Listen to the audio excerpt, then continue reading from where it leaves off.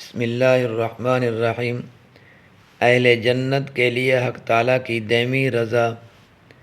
عن نبی سعید قال قال رسول اللہ صلی اللہ علیہ وسلم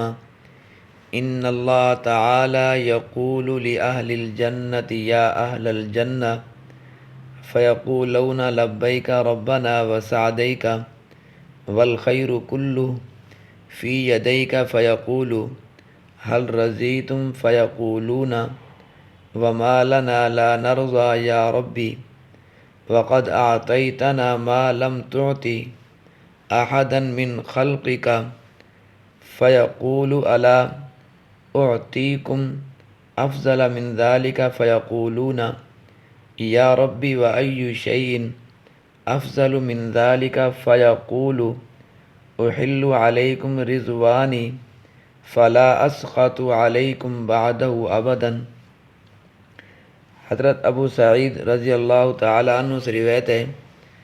کہتے ہیں کہ رسول اللہ صلی اللہ علیہ وسلم نے بیان فرمایا کہ جنتی جب جنت میں پہنچ جائیں گے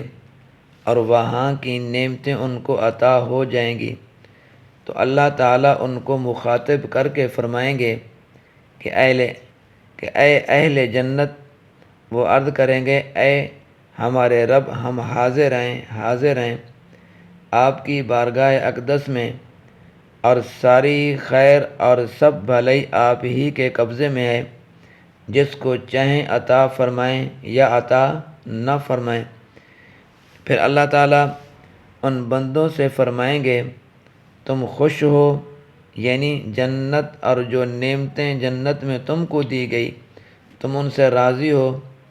یعنی جنتی بندے عرض کریں گے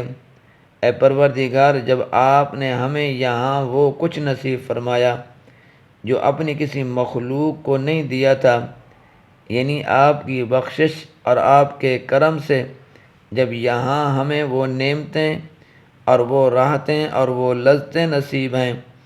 جو دنیا میں کسی بڑے سے بڑے کو بھی نصیب نہیں تھی، تو ہم کیوں راضی اور خوش نہ ہوں گے؟ اس کے بعد اللہ تعالیٰ فرمائیں گے کیا میں تمہیں اس سب سے اعلیٰ اور افضل ایک چیز اور دوں؟ تو بندے عرض کریں گے خداوند وہ کیا چیز ہے جو اس جنت اور اس کی ان نعمتوں سے بھی افضل ہے؟ تو اللہ تعالیٰ فرمائیں گے میں تم کو اب اپنی دائمی اور ابدی رضامندی اور خوشنودی کا تحفہ دیتا ہوں، اس کے بعد اب میں کبھی تم پر ناراض نہ ہوں گا۔